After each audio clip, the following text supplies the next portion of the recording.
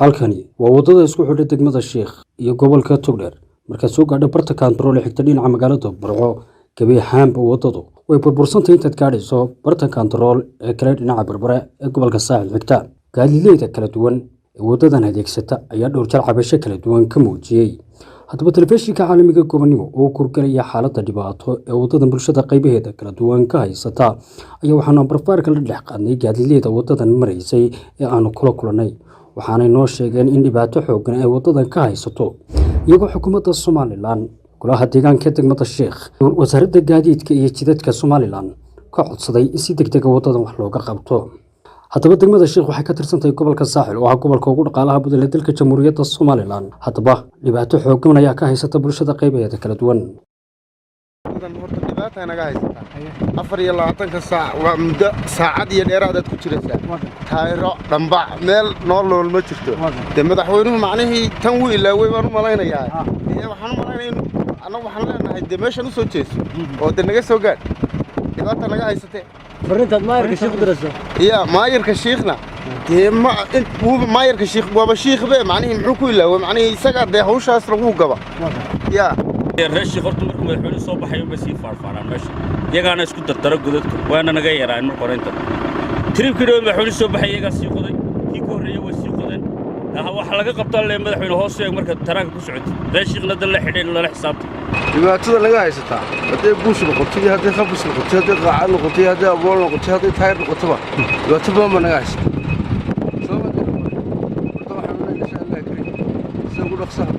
waxaan u madaxweynaha Somaliland iyo hay'adda wadooyinka sameyn kartaa inay si dhaqso ah inoogu sameeyaan الله وبركاته waxaan u diraynaa madaxweynaha Jamhuuriyadda Somaliland Muuse Biixi waxaan u diraynaa inuu naga hagaajiyo wadada maadaama madaxweynaha yahay dalka isagu mas'uul ka yahay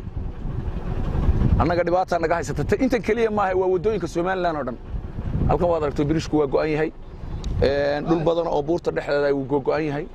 ilaa Lascaanood ilaa meesha la yiraahdo Hargeysa inta yare gacanta lagu hayo Hargeysa iyo Berbera u dhaxaysa mooyee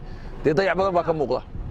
marka fariinta aan u diraya waxa weeye madaxweynaha kaliya aan u diraya anigu leesaga dadka mas'uulka ah qof kale oo shacab wax u diri maayo in dalka wax laga qabto wadooyinka u dambeeyay wadadan 10 sanadood muddo ku dhow way burbursanay ilaa hadda cid wax ka qabatay ma jirto gaadiidleydu mar qura ismay xilqaanin ma la oran karaa hormuud iyo cabashana kama muujin ma la oran karaa gaadiidleyda wadada maraysa habeen iyo maalin cashuurta bixinaysa ayaa aan u naxayn wadanka si wax loogu qabto haddii iyagu ay ka caban lahaayeen baa loo qaban lahaa way dhici kartaa gaadiidleydana waa iska dadka geelkiisa marka iyagii baa laga yaabaa inayan ka hadlayn oo muwaadi lahayn hadday muwaadi yihiin oo ka hadli lahayn oran lahayn wadooyinka hana loo sameeyo cashuur baanu bixinaa dhaqaale kale aanu bixinaa waa loo samayn lahaa iyagii baan ka hadlin annaga qudhayada aniga kula hadlay hadda ka horow ciidimo oran wadadan waxba leegama weydiin wayahay muddo inteen leegay iyadoo wadadan ismaalaysa iyadoo sidan u burbursanad anigu wadada waxaan isticmaalayay ilaa 30 sano daro walbaan ahaa Somaliland dhexdiisa laakiin wadooyin dhul badan oo la sameeyay way jirtaa cidii samaysay waan ugu mahadinaynaa tanona in dooray burbursaray oo